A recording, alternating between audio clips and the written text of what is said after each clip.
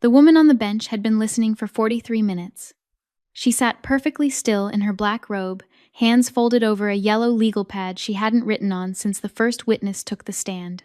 Below her, a mother was petitioning for supervised visitation with 2 children she'd left at a gas station 14 months ago. The mother's attorney spoke in careful circles, building a case out of treatment certificates and character references, and a rehearsed remorse that only surfaces when a judge is watching. The children's guardian ad litem kept checking her watch. The courtroom smelled like floor wax and stale coffee from the hallway machine, and the fluorescent lights hummed a frequency that settled somewhere behind the woman's left eye. A frequency she had stopped noticing years ago, because it espiqué was the background noise of her entire life. She touched the chain around her neck.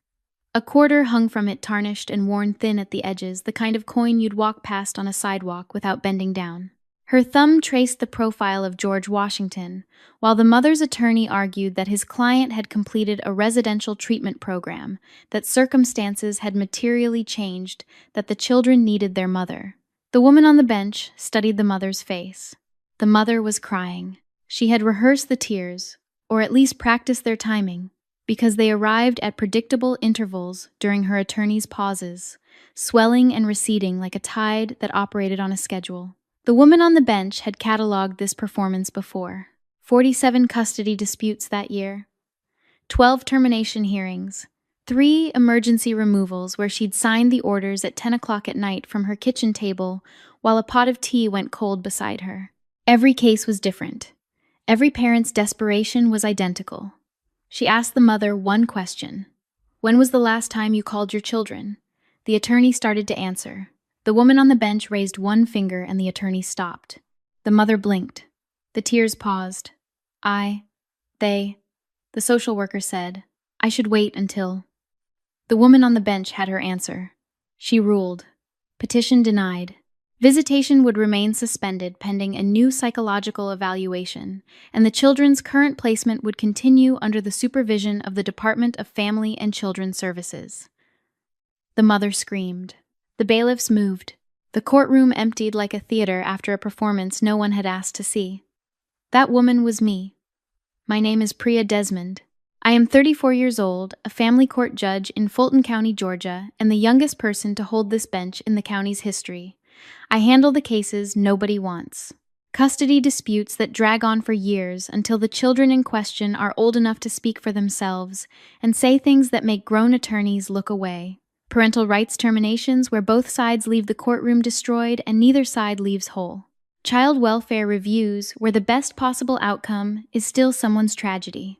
I chose this work the way some people choose a religion, which is to say the work found me when I was 5 years old, standing next to a fountain in Lenox Square Mall, holding a quarter I'd pulled from the water, watching 2 people walk through a set of glass doors and never come back. But that part comes later. Harold Desmond died on a Tuesday. 4 days after I denied the visitation petition, 4 days after the mother screamed and the bailiffs moved, and I went home to an apartment that smelled like nothing because I hadn't cooked in it since the previous Saturday, my phone rang at 6:14 in the morning. The number belonged to DeKalb Medical Center.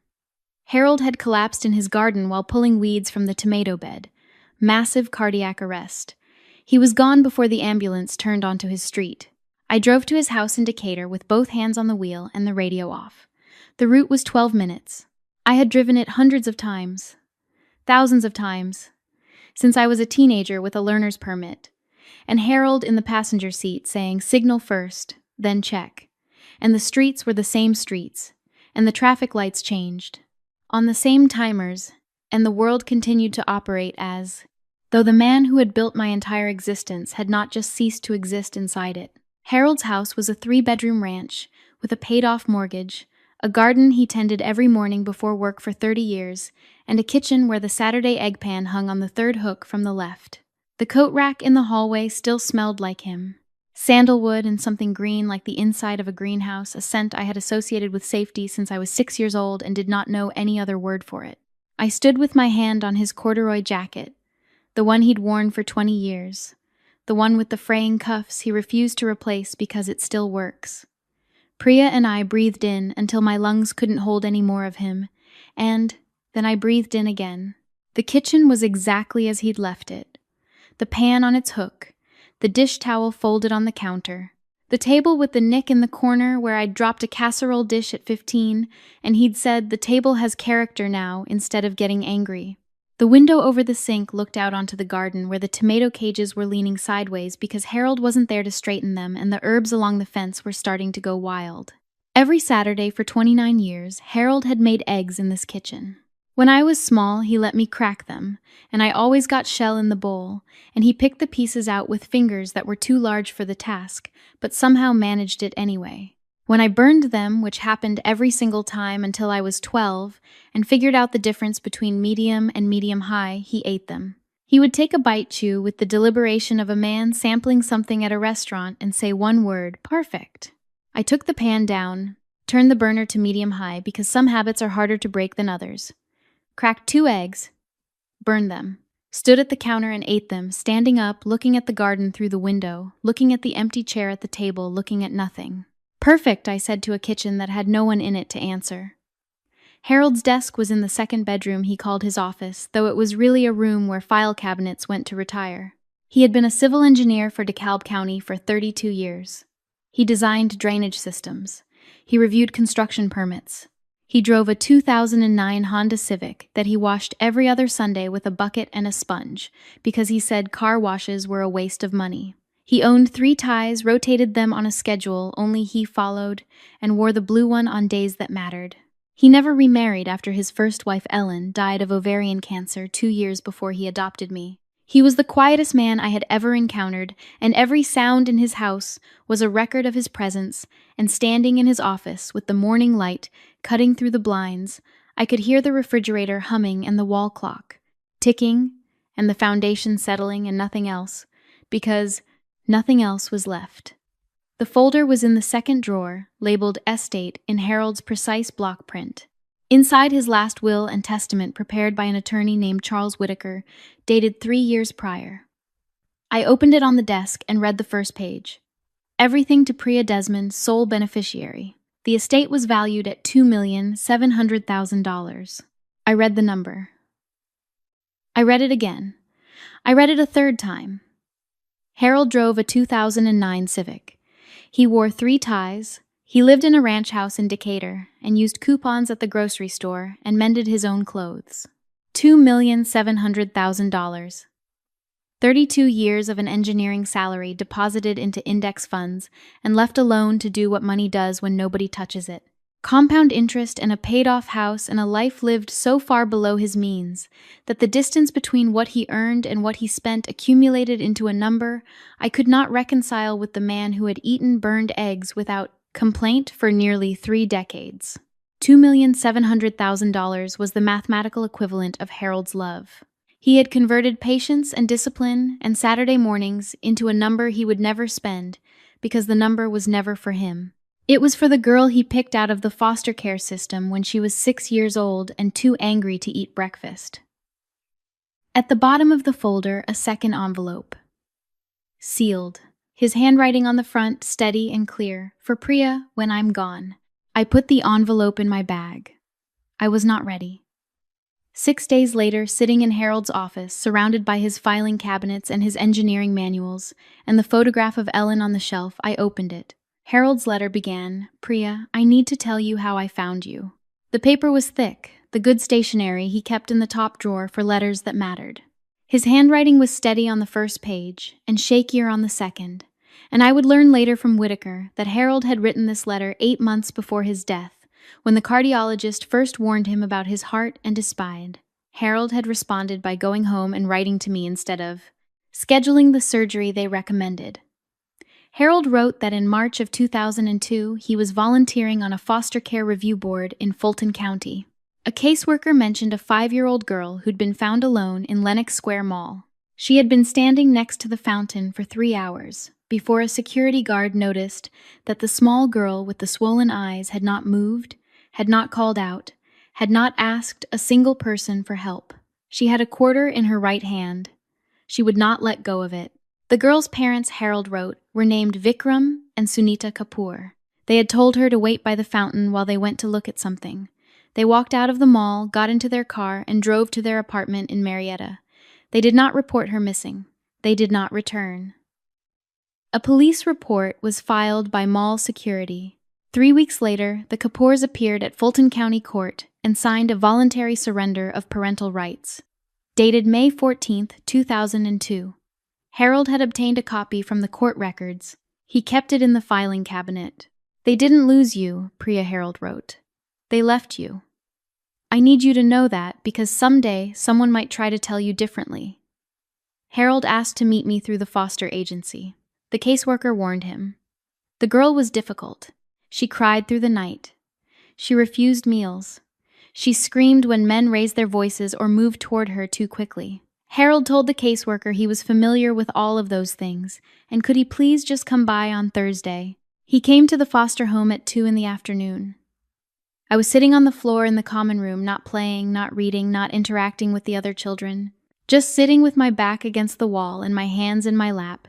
Harold sat down on the floor next to me. He did not speak. He did not try to touch me or talk me into a conversation. He just sat there, a large, quiet man on a linoleum floor for 20 minutes. Then he asked if I was hungry. I said no. He said he was going to make eggs in the kitchen if the staff would let him. I said I didn't like eggs. He said that was fine, I could watch. I watched. I ate half an egg. It was burned. "Perfect," Harold said. That was the beginning. The Monday after I finished Harold's letter, Charles Whitaker called at 8 in the morning. His voice was steady in the way attorneys' voices get when they're delivering information they expect to cause damage. The will had been filed for solemn form probate. Georgia law required that all potential heirs receive notice. The Kapoors had been notified through a skip trace. Whitaker's office ran as standard procedure. Vikram and Sunita Kapoor had filed a caveat contesting the will. Their claim undue influence. They alleged Harold manipulated a vulnerable child into a relationship designed to exclude her biological parents, and that the will should be invalidated or the estate shared among all surviving family members, including themselves. They're claiming standing as biological parents, Whitaker said. Their attorney is Glenn Hartley General Practice out of Marietta. They surrendered their parental rights in 2002. I know, their filing doesn't mention the surrender. I set the phone on the bathroom counter. My hands were trembling, a fine vibration in my fingers that I could see when I held them flat in front of me, a tremor I hadn't experienced since the first time I sat on the bench, and the bailiff said, "All rise," and I stood up in a robe. That was too big for me, and pretended I belonged there. I picked up the quarter necklace from the counter where I'd left it after my shower. The metal was cold against my palm. I closed my fist around it and squeezed until I could feel Washington's profile pressing into the center of my hand. 29 years. Vikram and Sunita Kapoor had been absent for 29 years. I had grown up in Harold's house. I had graduated from Emory Law at 25. I had clerked for a federal district judge at 26. I had served as an assistant DA for 3 years. I had been appointed to the bench at 31 after a confirmation process that included a background check, thorough enough to document every address I'd lived at since birth. I had spent my entire adult life in courtrooms, protecting children from the exact thing that had been done to me, and in all of those years not a single person named Kapoor had searched for me, called me, written to me, or appeared in any public record connected to my name, until Harold's will was filed, until the number 2,700,000 appeared on a court document attached to the name of the girl they'd left at a fountain. The next morning, I walked into Ruth Odom's chambers and closed the door. Ruth Odom was the senior judge on the 4th floor, 52 years old, with a voice that could quiet a courtroom from 30 feet away, and eyes that missed exactly nothing. She'd clawed her way onto the bench from the Fulton County Public Defender's Office, tried over 200 felony cases before her appointment, and raised 2 sons alone after her husband left when the youngest was 4. She was the closest thing I had to a mother, though I would never have said those words out loud, and she would have cursed at me in 2 languages if I had. I told her everything: the mall, the quarter, Harold, the letter, the contest. Ruth listened without interrupting, without shifting in her chair, without any of the micro-expressions that people use to signal that they're processing. When I finished, she was silent for 10 seconds. Then she said 3 things. First, you need a probate litigator. Whitaker does estate planning. He drafts wills and sets up trusts. He is not built for a fight. Second, you cannot sit on your family court docket while this case is active. She held up her hand before I could object. If it becomes public that you're being sued by biological parents who abandoned you, and you are simultaneously ruling on custody cases involving parental abandonment, every defense attorney in this county files a motion. Every termination ruling you've issued gets a second look. The appearance of bias is enough. Third, Ruth leaned forward. Read the rest of Harold's letter. I read it. All of it I had stopped at the second page. I'd read the names and the surrender date and Harold's account of how he found me, and I had folded the letter and put it away because I was shaking too hard to hold the paper steady. There was a third page. Ruth picked up her phone, scrolled through her contacts, and called a probate attorney named Marcus Lindell. She told him to expect my call by end of day. How long have you been on this bench? Ruth asked. 3 years. 3 years deciding custody for abandoned children, and you never once mentioned you were one. It's not relevant to my cases. Baby Ruth said, and she only used that word when no one else was in the room. It's the only thing that is relevant. Ruth stood and walked to the window of her chambers, which looked out over Pryor Street, and the traffic that moved below it in predictable patterns. She had her arms crossed. I had seen her use this exact posture in sentencing hearings, and it meant she was choosing her next words with the precision of a surgeon selecting an instrument. I've been on this bench for 19 years, she said, without turning around. I have seen exactly 3 judges burn out and leave. All 3 were carrying something they refused to name. You carry yours around your neck on a chain and you don't even see it. I touched the quarter. She was right, and the fact that she was right made the air in the room feel thinner. Go home, Ruth said. Read the rest of that letter, and call Marcus Lindell. He'll take your case because I'm going to tell him to, and because he has 2 daughters of his own, and because the law in this state is very clear about what your biological parents are entitled to. She paused. Which is nothing. Marcus Lindell's office occupied a corner of the 14th floor in a midtown building with an elevator that took its time and a lobby that smelled like the leather chairs nobody ever sat in. Marcus himself was 45, slightly rumpled, with a pen-clicking habit and a framed photograph of his 2 daughters on a desk, covered with legal pads. I gave him everything: the will, the surrender, Harold's letter, the probate filing, the caveat. He read for 30 minutes in silence. I sat across from him and listened to the pen click 3 times per minute while the afternoon light moved across his desk and the coffee in his cup went cold. This is the weakest will contest I have seen in 15 years of practice. He laid it out. First, the voluntary surrender of parental rights, executed in 2002, was irrevocable under OCGA. Section 1989. The 10-day rescission window had closed 24 years ago. The Kapoors had no legal status as parents. They could not claim standing to contest a will as biological family when they had voluntarily and permanently relinquished that designation. Second, even if some miracle of legal acrobatics gave them standing, the undue influence claim collapsed on examination. Harold was mentally competent until his death, as documented by 30 years of continuous employment with DeKalb County. The will was drafted by an independent attorney with no connection to Priya. There were no suspicious amendments, no deathbed changes, no evidence of any kind that Harold was anything other than a clear-headed man who chose to leave his estate to his daughter. Third, Harold had also established a revocable living trust in 2018. Upon his death, the trust became irrevocable. The $2,700,000 sat inside that trust outside the probated estate. Will contests do not apply to trust assets. The Kapoors could win the will challenge and receive absolutely nothing because there was nothing in the will to contest. Harold had already moved the money. They hired a general practice attorney who handles DUI and real estate closings, Marcus said. I don't think he's aware of the trust, and I am fairly certain they did not tell him about the surrender document. Why would they? Because they want him to believe they have a case. And without the surrender on paper, they might look like grieving parents shut out of their daughter's life by a manipulative adopter. Hartley might actually believe his own clients. Over the next 2 weeks, I went through every drawer and cabinet in Harold's house. I found the original police report from Lenox Square Mall dated March 3, 2002, printed on dot matrix paper with faded ink that smelled like a library basement. I found the foster care intake form with a social worker's handwritten notes describing a nonverbal, distressed female child approximately age 5 found unaccompanied. And I found 3 photographs taken at the DeKalb County Police Station on the night I was found. In the photographs, a small girl sat on a plastic chair, with her feet dangling above the floor. She was wearing a pink shirt with a stain on the collar and pants that were too short, and she was holding a quarter in her right hand with a grip so tight her knuckles were white. She was looking directly at the camera. She was not crying.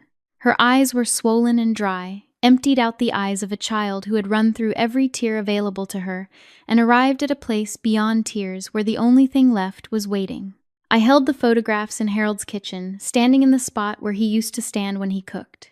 The metallic scrape of the filing cabinet drawer was still ringing in my ears, and the paper smelled like 24 years of storage, and the girl in the photograph was me, and she was not me, and the distance between her and me was Harold Desmond. 29 years of Harold Desmond every egg and every Saturday and every perfect. That evening I opened Harold's letter to the 3rd page. Ruth had told me to read it. All of it. I met your parents once, Harold wrote.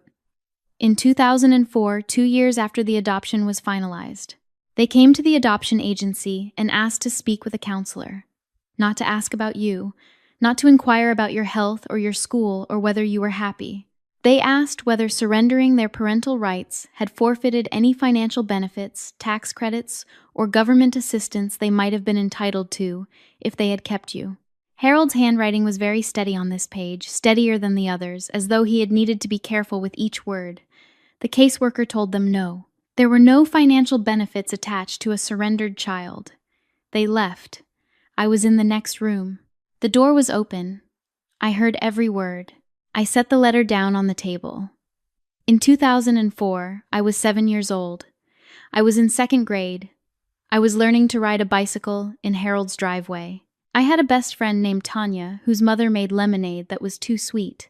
I was alive and growing and turning into a person, and Vikram and Sunita Kapoor were in an office 15 miles away, asking whether the daughter they'd abandoned was worth any money to them. The caseworker said no. They left. They walked out of the agency the same way they had walked out of the mall. Without looking back, without asking a single question about me. Harold continued, I spent my whole life making sure you'd never need anything from anyone. I know what they are, Priya. And I know what you are. You are the bravest 5-year-old I ever met and the bravest woman I ever knew. $2,700,000. 29 years of Harold eating burned eggs and driving a 2009 Civic and wearing 3 ties and putting every surplus dollar into index funds, where it sat and compounded and grew in the dark like a garden he tended without ever showing anyone the harvest. He never told me about the money.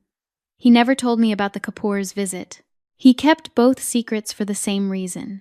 Because telling me would have hurt me, and Harold's entire existence was organized around the principle of not letting anything hurt me ever again. My parents were worth $2,700,000 to me. I was worth nothing to them. I was worth nothing to them unless I was worth $2,700,000. The counterattack arrived in week 4. Vikram Kapoor had Googled my name. He found my courthouse number listed on the Fulton County Superior Court website. He left a voicemail at 7:15 on a Monday morning, his voice rehearsed and careful. Priya, this is your father. We just want what's fair. Harold would have wanted us to be a family again. Please call me back. We're your parents. He had also contacted a reporter at the Atlanta Journal-Constitution. The pitch, a wealthy heiress refuses to share her deceased adoptive father's fortune with the biological parents who lovingly placed her for adoption because they couldn't afford to raise her. The reporter called Whitaker's office for comment. Whitaker called Marcus. Marcus called me. And Glenn Hartley had amended the Kapoor's filing. New claim fraud. The The Kapoors alleged that Harold obtained the adoption through misrepresentation, that he concealed relevant information from the agency about the circumstances of the surrender, and that the adoption itself might be voidable, which would restore their parental rights and give them standing to contest. "It's desperation," Marcus said on the phone. The adoption was handled through Fulton County Family Court. The records are sealed, but they exist. Hartley is filing motions he can't support to delay the hearing and pressure you into settling. They want a check, Priya. This was always and only about getting a check. They're saying Harold stole me. The words came out of my mouth with a steadiness that surprised me, because underneath them my chest was compressing in a way that made it difficult to take a full breath. Harold, who had never once raised his voice at me. Harold, who had driven to my college orientation and carried my boxes up 4 flights of stairs, and sat in his car in the parking lot for 20 minutes before driving home because he was crying, and he did not cry in front of me. Harold, who spent 32 years designing drainage systems so that water would go where it was supposed to go, and who spent 29 years doing the same thing with love. They were calling him a thief. They are saying whatever their attorney told them might buy time. This is about leverage. They want you to calculate the cost of fighting versus the cost of writing a check, and they're betting you'll choose the check. I did not choose the check, but the ground was shifting beneath me. This was no longer about a probate hearing. They were attacking Harold. They were constructing a narrative in which the quiet man who ate burned eggs and drove a Civic and chose me every day was somehow the villain, the manipulator, the man who stole a child from loving parents. And the reporter at the AJC might write that story because the story of a greedy heiress makes better copy than the story of 2 people who walked out of a mall and left their daughter next to a fountain. Ruth came to my office the next afternoon. She closed the door. She did not sit down. I heard about the newspaper inquiry. Marcus is handling it. Marcus is handling the legal case. I am handling you. She put both hands flat on my desk and leaned forward. You need to step back from your docket. Today, I've already recused myself from any cases that might involve the Kapoors or their attorney. That is not enough, and you are too smart to pretend it is. Ruth straightened. You sit on this bench every day and rule on parents who abandon their children. You are currently a respondent in a contested probate case filed by parents who abandoned you.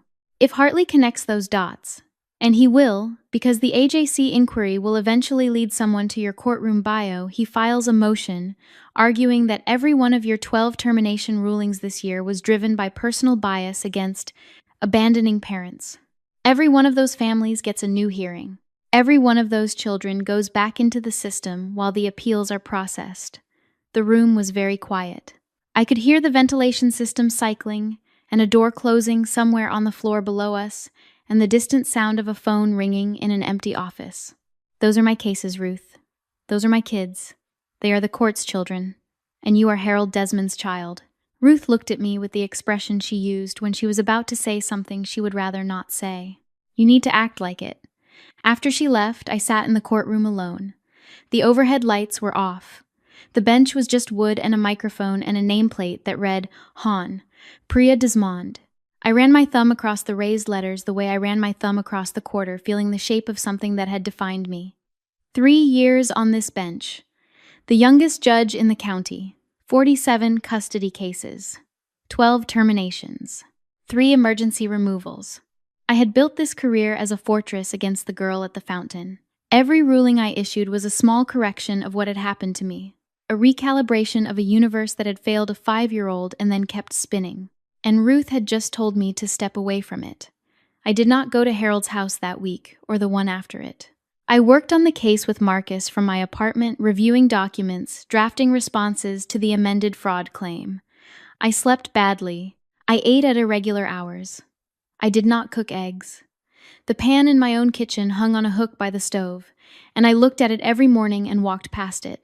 On a Saturday morning, 3 weeks after Ruth's visit, I drove to Decatur. Harold's garden had gone wild. The tomato cages were leaning sideways in the November wind, and the herbs along the fence had grown into each other until you couldn't tell the basil from the oregano. The front walk needed sweeping. A flyer for a lawn service was wedged in the door, handle the paper swollen from rain. I let myself in with the key that had always worked, The house smelled different the way houses smell when no one has opened the windows or turned on the stove in weeks. It was cold inside.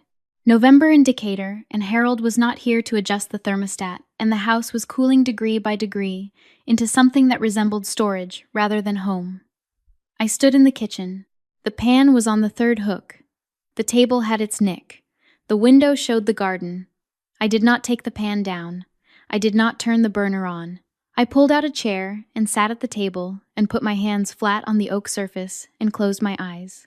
My breathing slowed until I could hear my own pulse.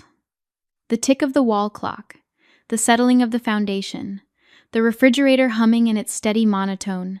My fingers pressed into the grain of the wood, and the kitchen was cold around me, and the light through the window was thin and gray, and Harold was not here and would never be here again, and I was sitting at his table the way I had sat on the floor of the foster home, not moving, not asking for anything, just waiting. Behind my closed eyes, I was at the fountain, 5 years old. The quarter was in my hand, heavy and wet from the fountain water, and the mall was loud with voices and music and shoe sounds on tile. Somewhere above me, a child laughed, a bright sound that bounced off the atrium ceiling. Somewhere behind me, a security guard's radio crackled with static. I was watching the glass doors at the entrance. My mother's blue jacket. My father's thick glasses. Any second they would come back through those doors and explain and take me home, and everything would make sense. I waited 1 hour. I sat on the edge of the fountain and swung my legs and counted the coins at the bottom. I waited 2 hours. I stopped swinging my legs. I waited 3 hours. A security guard named Mitchell crouched down next to me and asked my name, and I told him, and he asked where my parents were, and I said they were coming right back. And he looked at his partner, and his partner picked up a radio. In Harold's kitchen 29 years later, I was still waiting. I was a judge and a lawyer and a homeowner and an heiress, and some part of me had never left that fountain. Some part of me was still watching the doors. The refrigerator clicked on. The ice maker rattled a brief mechanical clatter that Harold used to call the house clearing its throat. The sound pushed through the memory. I opened my eyes. The kitchen was the same. The clock ticked. The garden grew wild through the window. I took Harold's letter from my coat pocket. The paper was wearing soft at the folds. I turned to the last paragraph, the lines I had read and reread but had not yet absorbed, because absorbing them would require accepting something I was not equipped to accept. You don't have to win, Priya. You just have to know that I chose you. Every single day I chose you. I folded the letter and put it back in my pocket.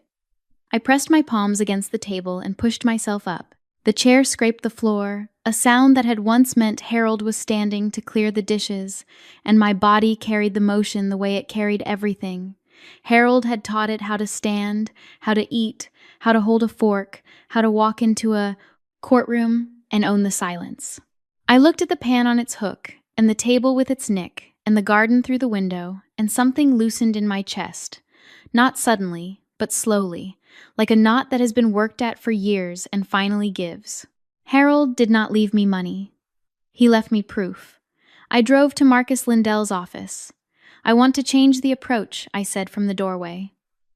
Marcus looked up from a stack of deposition transcripts. His pen was in his hand. How? No counterfiling for sanctions. No motion seeking attorney's fees. Present the evidence. The surrender document. The trust. Harold's letter. Let the law do what it was built to do. We had a strong case for sanctions. Frivolous filing. Concealment of the surrender document. We could have made it painful for them. Harold didn't raise me to be cruel. Marcus clicked his pen twice. He raised you to be a judge. Then I'll let the evidence speak. The probate hearing was scheduled for a Thursday, 6 weeks and 2 days after Harold's death. Fulton County Probate Court Courtroom B, on the 2nd floor. The courtroom was smaller than mine, wood-paneled walls, and a flag in the corner, and fluorescent lights that buzzed at a slightly higher frequency than the ones in my own building, and the benches in the gallery were the hard wooden, kind that make people shift in their seats. I arrived at 8:30. Dark suit. No robe.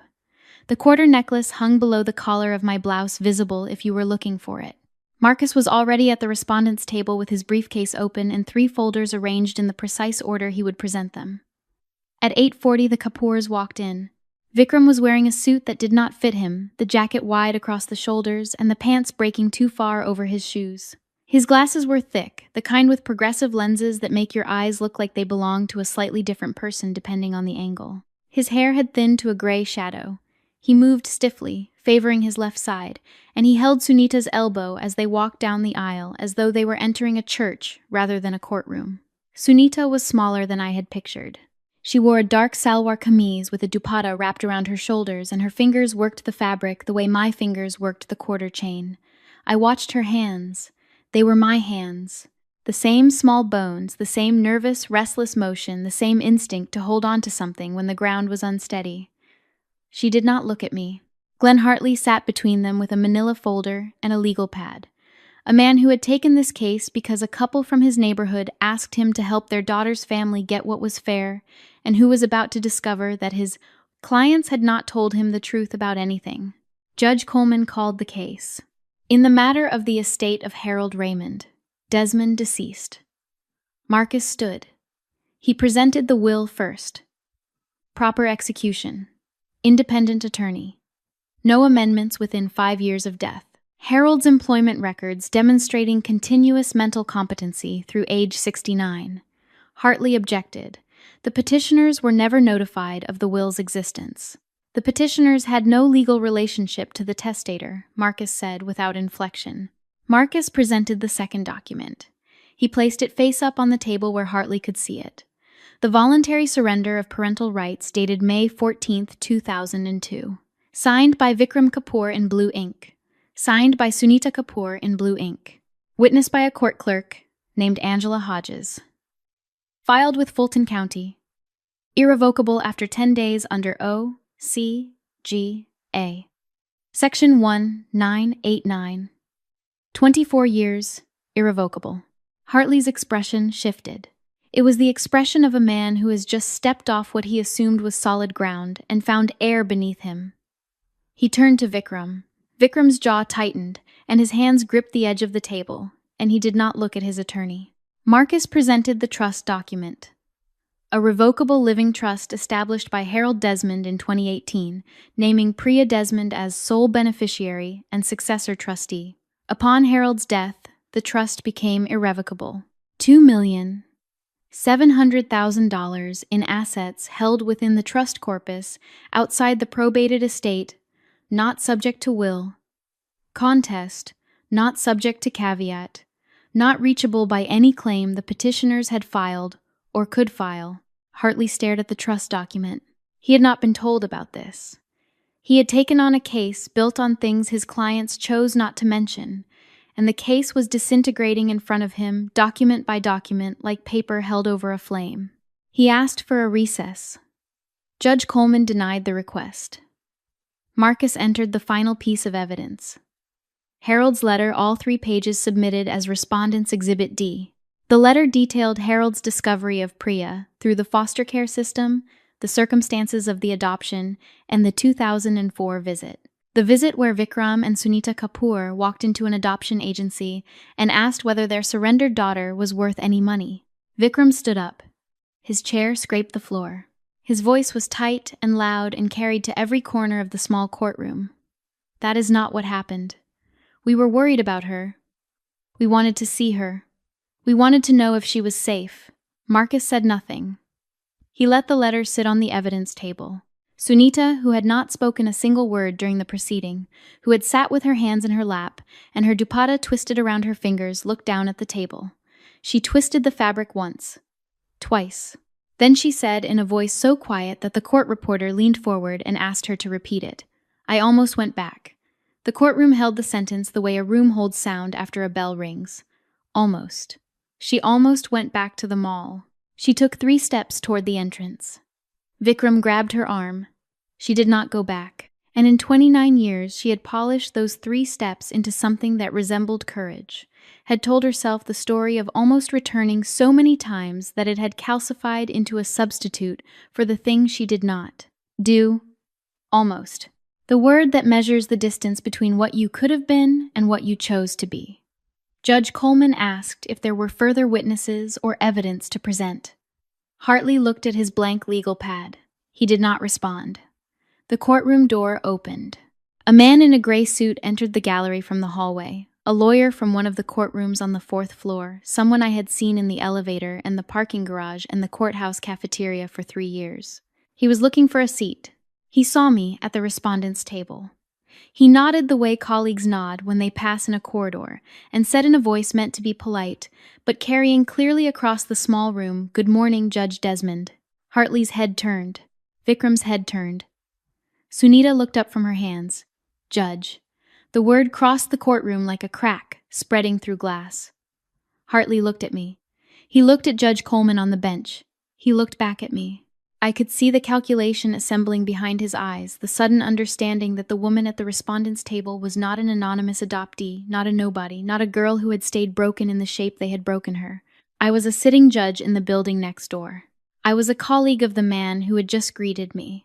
I was someone the entire Fulton County legal establishment called by a title, and Hartley's clients had walked into this courtroom, assuming they would find a grateful orphan who would write a check to make them go away. Vikram stared at me across the aisle. His face had gone slack. His hands were still gripping the table, but the grip had changed, loosened, as though the thing he was holding on to had stopped supporting his weight. I met his eyes. I did not speak. There was nothing I needed to say that the documents had not already said. "We didn't know you became." This, one syllable. He did not say successful or powerful or a judge. He said this, a word that contained the full scope of what he had thrown away and could not now retrieve. A word that meant we left a 5-year-old at a fountain, and she became something we cannot comprehend, and we came here expecting to find the broken thing we discarded, and instead we found this. Judge Coleman ruled. The caveat was denied. The petitioners lacked standing under O.C.G.A. Section 5.3.2.1. and by virtue of the executed and irrevocable voluntary surrender of parental rights. The trust assets were not subject to will contest. Attorneys' fees and costs were assessed to the petitioners. Case dismissed. I held the quarter in my right hand through the entire ruling. I did not squeeze it. I did not rub it. I just held it the way you hold something that has been part of your hand for so long that letting go would feel like losing a finger. In the hallway, Marcus shook my hand. Cleanest probate defense I've ever filed. Ruth was standing by the elevator. She had been in the gallery the entire time. I had not seen her walk in. She did not say anything. She crossed the hallway and put her arms around me, and I stood very still inside the embrace because Ruth Odom had never hugged me in 3 years of mentorship, and the weight of her arms against my back was the first thing that had carried Harold's warmth since Harold died. In the parking garage, I sat in my car with the engine off. The keys were in my lap. My hands were on my thighs, palms down, and they were shaking again, the same fine tremor from the morning Whitaker called, except this time the tremor was not fear. It was the aftershock of something that had been held rigid for 6 weeks and was now very slowly releasing. I put my forehead against the steering wheel and breathed. The concrete structure amplified every sound, tires on the ramp above a car alarm cycling in the distance, and under all of it the quiet of my own breathing. I picked up the quarter chain from my chest and held it against my mouth. I was not praying. I was holding something real. 1 week later, Saturday morning, my apartment indicator. I took the pan down from its hook. I turned the burner to medium. I cracked 2 eggs into the pan and watched them cook, adjusting the heat when the edges started to brown, tilting the pan the way Harold taught me when I was 9, and finally strong enough to hold the handle steady. I slid the eggs onto a plate. They were not burned. I sat at my table. The apartment was quiet. The morning light was thin and clean late November light that turned everything it touched into something worth looking at. Outside the window, a cardinal landed on the balcony railing and stayed for 3 seconds, its head twitching side to side, before it lifted off and was gone. I had filed to return to my docket. Ruth approved the request the same afternoon. The Kapoors had not appealed. Hartley's office sent a letter acknowledging the ruling and requesting a payment plan for the assessed attorney's fees. Marcus forwarded it to me without comment. I hung the quarter necklace on a hook by the front door. I did not need to wear it anymore. It was not gone from my life.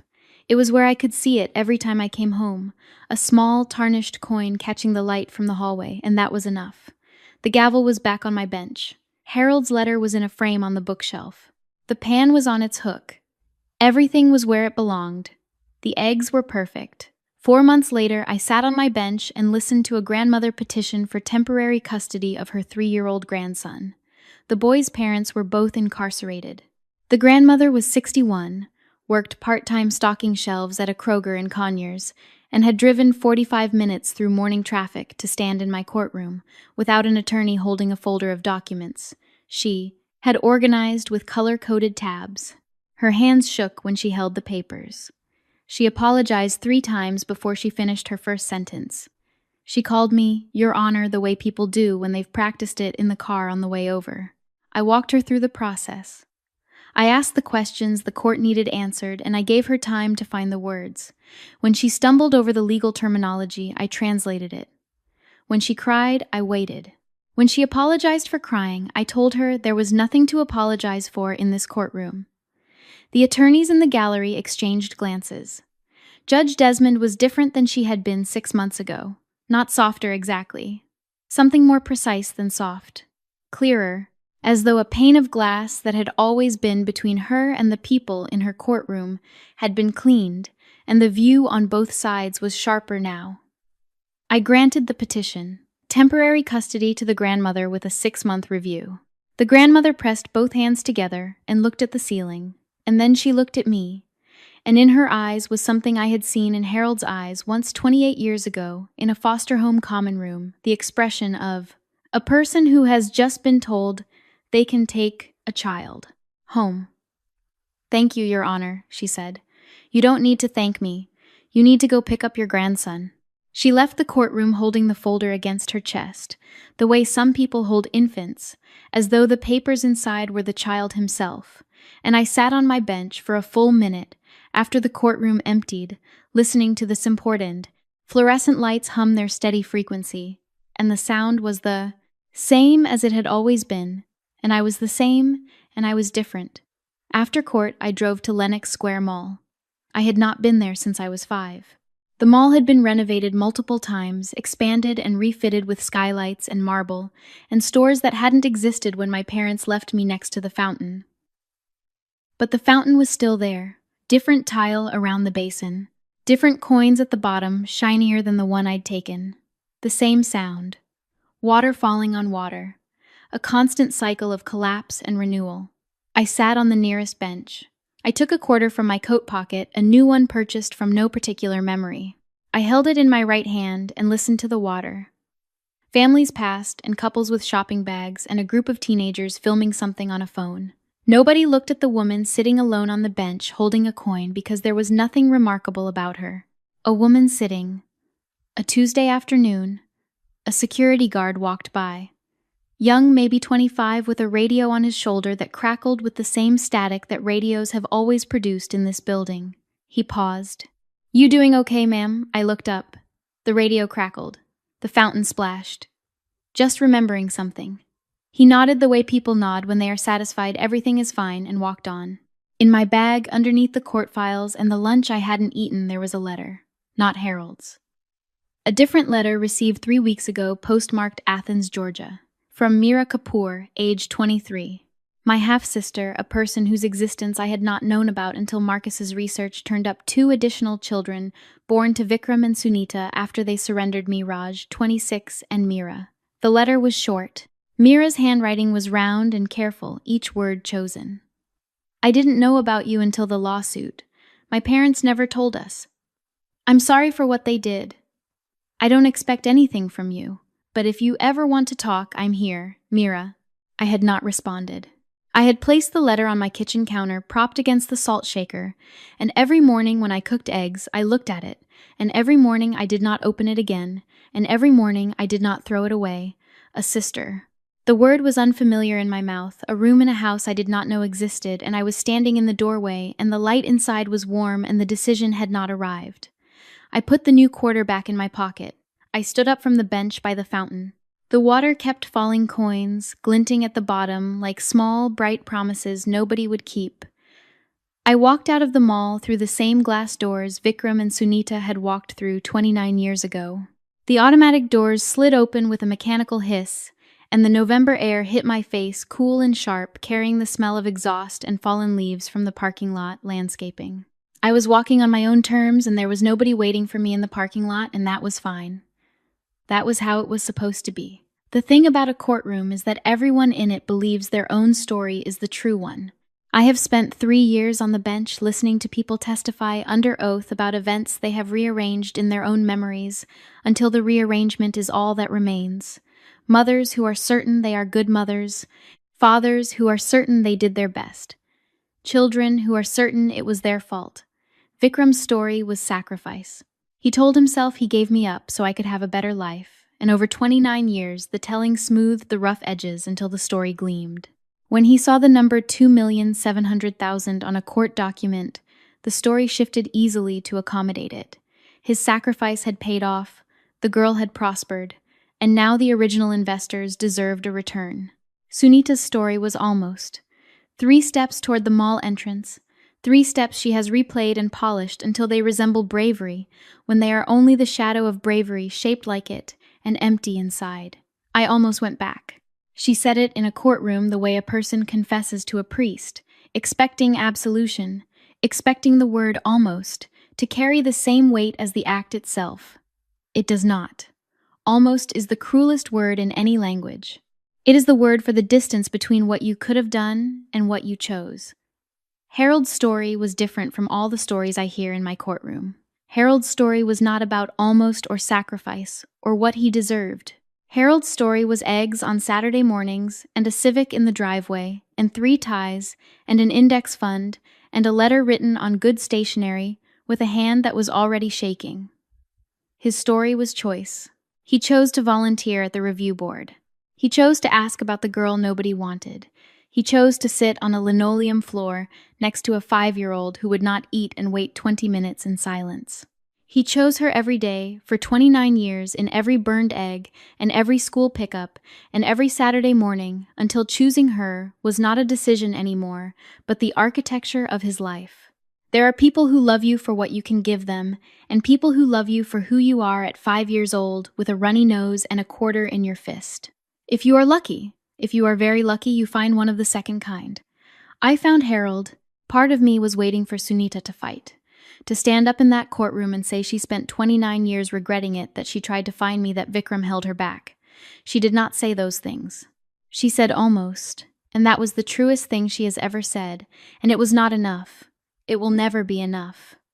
I do not know if I will write back to Mira. Her letter is on my kitchen counter between the salt and the pepper, and some mornings I pick it up and read it and set it down. A sister.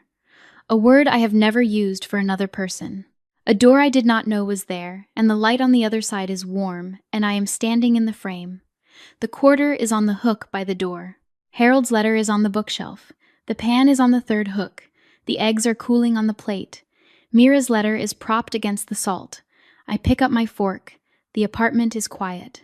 The morning light falls across the table, across the letter, across my hands that are the same shape as Sunita's hands, holding a fork the way Harold taught me, and the eggs are perfect, and this apartment is mine and outside the window.